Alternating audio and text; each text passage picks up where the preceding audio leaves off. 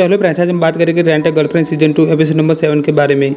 तो video start करने से पहले अगर हमारे चैनल पर आप नए आए तो आप प्लीज़ चैनल को सब्सक्राइब जरूर करना, क्योंकि मैं ऐसे नए एनिमे का एक्सप्लेन वीडियो लाता रहूँगा। तो प्लीज़ चैनल को सब्सक्राइब जरूर करना। तो चलिए दोस्तों, वीडियो स्टार्ट करते हैं। तो लास्ट एपिसोड में हमने देखा था कि कैसे कागुया की वाट लग जाती है। उसे इतना ज़्यादा हैंगओवर हो गया था कि उसका हाल बेहाल था।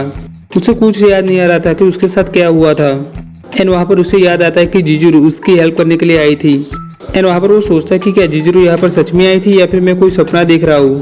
फिर कागुया वहाँ पर अपना फोन देखता है जिसके अंदर एक ग्रुप की इनवाइट रिक्वेस्ट आई थी, जहाँ पर उसे पता चलता है कि लास्ट नाइट जितने भी लोग थे उन्होंने एक ग्रुप बनाया है। एंड तभी वहाँ पर वो इनुजिन यानी कि जिजुरु को देखता है। एंड ये देखकर कागुया को झटका लगता है और वो उसे फ्रेंड रिक्वेस्ट डालने वाला होता है। लेकिन तभी वहाँ पर वो सोचता है कि क्या ये करना सही रहेगा। अगर मैं ऐसा करूँगा तो वो क्या समझेगी, एंड अगर उसने मेरी फ्रेंड रिक्वेस्ट को एक्सेप्ट नहीं किया तो। ऐसा सोचकर कागुया का मन तो बहुत कर रहा था कि वो रिक्वेस्ट डाले, लेकिन वो नहीं डाल पाता।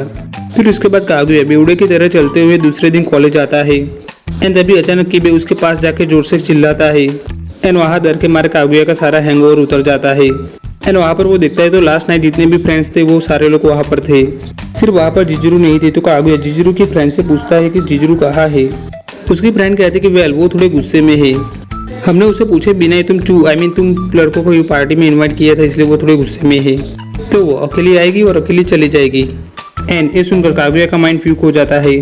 फिर उसके बाद कागुया घर आता है और वो पागलों जैसा हो रहा था और वो बीमार भी था। उसकी हालत बहुत ही ज़्यादा बुरी हो रही थी। वो सोचता है कि काश अभी मेरी कोई रियल जीएफ होती तो वो मेरी केयर करती। अभी साले तेरे को रुका-चान जैसी जीएफ मिल रही है तो बना लेना, क्या प्रॉब्लम है। लेकिन नहीं, भाई को तो फर्स्ट जून रहना है, यानी कि नल्ला रहना है।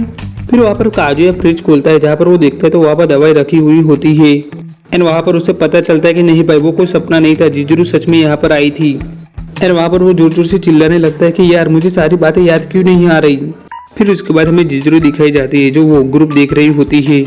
एंड वहाँ पर वो कागुया को देखती है, लेकिन वो कागुया को रिक्वेस्ट सेंड नहीं करती है। फिर उसके बाद हमें नेक्स्ट सीन में दिखाया जाता है कि कागुया जहाँ पर काम कर रहा होता है वहाँ पर रुका-चान उससे बड़ी अजीब नज़र से देख रही होती है। कागुया कहता है कि हे तुम मुझे ऐसे क्यों देख रही हो। रुका-चान कहते कि वेल मुझसे कहने के लिए क्या तुम्हारे पास कुछ है। कागुया कहता है कि तुम्हें बताने के लिए मैं क्या बताऊं। रुका-चान कहते कि वेल वो हमारी अधूरी बातों में याद है। कागुया कहता कि अच्छा वो। रुका-चान कहते कि अब मैं श्योर हूँ कि हम दोनों के बीच में अब जिजुरु नहीं आएगी।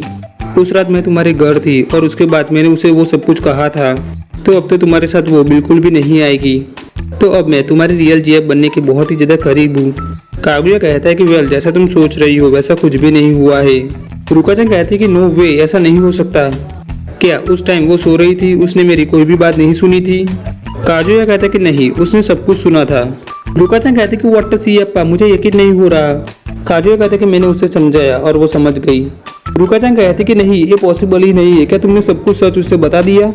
कागुया कहते कि देखो हम दोनों के बीच कुछ भी नहीं हुआ था और यही सच है, ओके। एंड वहाँ पर रुका-चान को बहुत ही ज़्यादा अजीब फील हो रहा होता है। वो सोचती है कि जिजुरु को कोई फर्क क्यों नहीं पड़ा। क्या वो दोनों एक दूसरे के इतने ज़्यादा क्लोज है कि जिजुरु ने कागुया की बातों को मान लिया।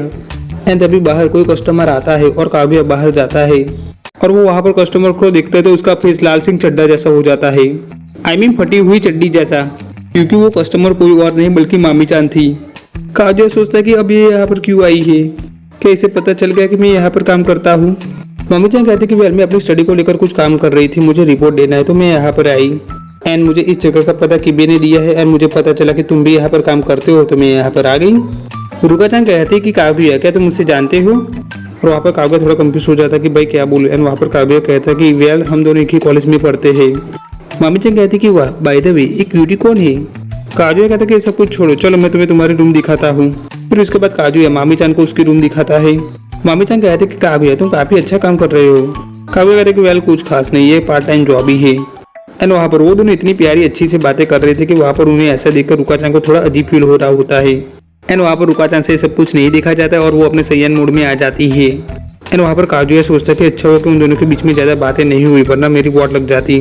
वहाँ पर मामी-चान कहते कि कागुया हम पहले भी ऐसी जगह पे आ चुके हैं, है ना, हमने काफ़ी अच्छा टाइम साथ में स्पेंड किया था। एंड वहाँ पर कागुया उस दिन को याद करता है। एंड वो सोचता है कि काहे का अच्छा टाइम स्पेंड किया था, उस दिन मैंने चुतियापा करके सब कुछ बिगाड़ दिया था, क्योंकि उस दिन मैं टोनी कक्कर बन गया था और मैंने अपने रिलेशनशिप की वाट लगा दी। और वहाँ पर रुका-चान रूम से बाहर से उन दोनों को बड़ी अजीब तरीके से देख रही होती है। कागुया सोचता है कि अरे नहीं, इस तरीके से तो उसे सब कुछ पता चल जाएगा। कागुया कहता है कि चलो तुम्हें बाहर चलना चाहिए, लेकिन रुका-चान तो रूम के अंदर आ गई होती है एंड वो इशारों में कागुया से पूछती है कि तुम दोनों के बीच में क्या है। कागुया वहाँ पर कुछ भी नहीं बोल पाता तो रुका-चान डायरेक्टली मामी-चान से पूछ लेती है कि तुम दोनों के बीच कैसा रिलेशन है। एंड वहाँ पर कागुया सोचता है कि भाई नरक का टिकट कंफर्म मेरा। मामी-चान कहते हैं कि वेल हम दोनों एक नॉर्मल क्लासमेट है ना कागुया।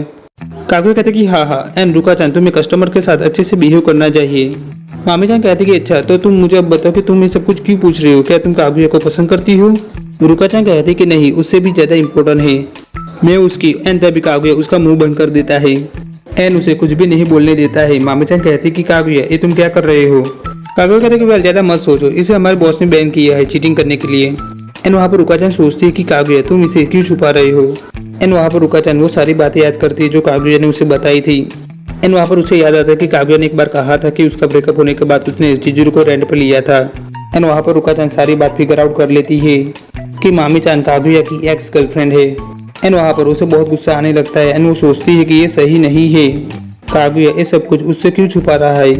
अभी कागुया मुझसे ज्यादा इम्पोर्टेंट उसे क्यों दे रहा है। तो क्या मैं कागुया की प्रायोरिटी लिस्ट में 3rd नंबर पर हूँ? नहीं, मैं कभी भी एक्सेप्ट नहीं करूँगी। एंड वहाँ पर कागुया रुका-चान को पकड़ के रूम के बाहर ले जाता है, लेकिन रुका-चान कागुया को पकड़ के फिर से रूम के अंदर आ जाती है। एंड वहाँ पर वो चिल्ला के कहती कि हम दोनों डेटिंग कर रहे हैं, मैं कागुया की जीएफ हूँ।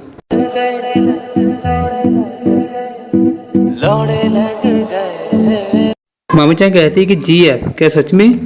कागुया कहता है कि वेल ऐसा नहीं है, मैं तुम्हें एक्सप्लेन करता हूँ। एंड वहाँ पर रुका-चान भाई एकदम ओपी मूड में मामी-चान के पास जाती है। तुम उसकी एक्स हो ना, मैंने सही कहा ना, पर मुझे तुम्हारे लिए बुरा लग रहा है क्योंकि अब मैं उसकी जीएफ हूँ। कागुया कहता है कि ये रुका-चान तुम क्या ही बोले जा रही हो। रुका-चान कहते हैं कि तुम्हारे माइंड में कोई भी रॉन्ग आइडिया है तो उसे निकाल के फेंक दो।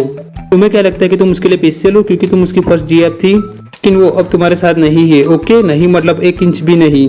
कागुया सोचता है कि अरे बस करो, महाभारत क्यों खड़ी कर रही हो। एंड वहाँ पर रुका-चान मामी-चान को ऐसे बोल रही होती है कि जैसे कोई 7 जन्म की दुश्मनी ना निकल रही हो। एंड वहाँ पर रुका-चान की बातें सुनकर मामी-चान टोटली शॉक थी। वो बोलती ही क्या। रुका-चान कहते हैं कि अब कागुया मेरे साथ एकदम सही है, हम सब कुछ वो करते जो हमें करना चाहिए।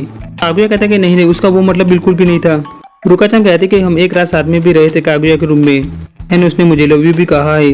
रुका-चान कहते कि पर तुम तो उसकी पास्ट हो ना, तो तुम तो उसकी लाइफ से निकल गई होगी।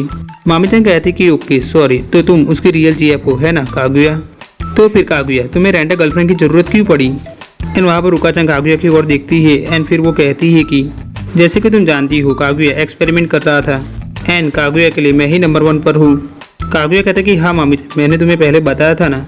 मामी-चान कहते कि ओके तो अब मुझे जाना चाहिए। एंड वो पैसे रख कर वहाँ से जाती है। एंड उसके जाने के बाद कागुया रुका-चान पर बहुत ही ज्यादा गुस्सा होने वाला होता है, लेकिन तभी वो दिखता है कि वहाँ पर रुका-चान रो रही होती है एंड वो कहती है कि मैं तुम्हारी जीएफ हूँ ना। एंड वहाँ पर कागुया रुका-चान को लेकर दूसरी रूम में जाता है जहाँ पर रुका-चान कहती है कि I love you Kaguya and तुम्हें मुझसे ज्यादा प्यार कोई नहीं करता। एंड इन सारी चीजों से वहाँ पर कागुया का माइंड की भी वाट लग गई होती है। वो कहता है कि यार कोई मुझे मार दो। फिर उसके बाद हमें मामी-चान दिखाई जाती है जो जा रही होती है, तभी वहाँ पर 2 लड़के उसे छेड़ने की कोशिश करते हैं। एंड वहाँ पर मामी-चान अपनी शक्ल इतनी ज्यादा डरावनी बनाती है कि वो दोनों लड़कों की फट जाती है। फिर उसके बाद मामी-चान ट्रेन में बैठती है जहाँ पर वो कागुया के बारे में सोच रही होती है एंड वो सोचती है कि उस दिन कागुया के घर में जो बैग थी वो किसकी थी एंड जिजुरू उसकी रेंट गर्लफ्रेंड है तो वो उसे इतना इंपॉर्टेंट क्यों दे रहा है। एंड वो क्यूटी पाई क्या सच में वो उसकी रियल जीएफ है। फिर उसके बाद ट्रेन स्टेशन पे रुकती है जहाँ पर जिजुरू ट्रेन के अंदर एंटर होती है एंड जिजुरू सामने देखती तो उसके सामने मामी-चान थी एंड मामी-चान देखती कि जिजुरू के हाथ में बैग थी। एंड वहाँ पर मामी-चान वो बातें याद करती है जो उसने किबी के साथ की थी, जहाँ पर किबी मामी-चान को बता रहा होता है कि जिजुरू के बारे में हमें एंड कागुया की फैमिली को पता है। मामी-चान सोचती कि क्या उसकी फैमिली को भी एक बात पता थी, मतलब जिजुरू 1 साल से नकली जीएफ बनकर उनकी फैमिली के साथ रह रही है। एंड प्रेजेंट सीन में मामी-चान जिजुरू को अपने पास आकर बैठने के लिए कहती है। जिजुरू उसके पास जाकर बैठ जाती है। मामी-चान कहते कि बाय द वे तुम्हारी बैग बहुत ही अच्छी है, क्या ये कोको की लेटेस्ट कलेक्शन है, क्या तुमने न्यू ली है। जिजुरू कहते कि नहीं ये मैंने पहले ली थी। मामी-चान कहते कि तो तुमने ये कब ली थी, अप्रैल से पहले या अप्रैल के बाद। जिजुरू कहते कि पहले ली थी मेरे ख्याल से। मामी-चान कहते कि अच्छा ऐसा है एंड वो वहाँ पर हंसते हैं। वो कहते हैं कि आई एम सॉरी। फिर उसके बाद वो दोनों ट्रेन से नीचे उतर जाते हैं एंड वहाँ पर मामी-चान जाते हुए कहते कि बाय द वे जिजुरू क्या अब तुम कागुया के करीब हो। जिजुरू कहते कि वेल नहीं। मामी-चान कहते कि अच्छा ठीक है एंड वो स्माइल देकर वहाँ से जाती है। फिर उसके बाद के सीन में हमें दिखाया जाता है कि मामी-चान घर आकर लैपटॉप लेकर बैठी हुई होती है एंड वहाँ पर वो सोच रही होती कि वो बैग पक्का जिजुरू का था, मतलब जिजुरू उस रात कागुया के घर में थी। एंड बात रही उस पागल गर्ल की जो कागुया को खुद की जीएफ बता रही है, पता नहीं क्यों पर वो मुझे बिल्कुल भी पसंद नहीं है। एंड वो अपने लैपटॉप में रुका-चान की आईडी फाइंड करती है लेकिन वो आईडी प्राइवेट होती है। लेकिन फिर भी मामी चांग कुछ जुगाड़ करके उसे फॉलो कर देती है एंड यहाँ पर ये एपिसोड होता है फिनिश। तो दोस्तों हमारा वीडियो आपको अच्छा लगा तो वीडियो को लाइक जरूर करना, वीडियो आपको कैसा लगा नीचे कमेंट जरूर करना एंड ये वीडियो अपने सारे एनिमे फैन के साथ शेयर जरूर करना एंड हमारे चैनल पर आप नया तो प्लीज चैनल को सब्सक्राइब जरूर कर देना। तो दोस्तों मिलते हैं नेक्स्ट वीडियो में।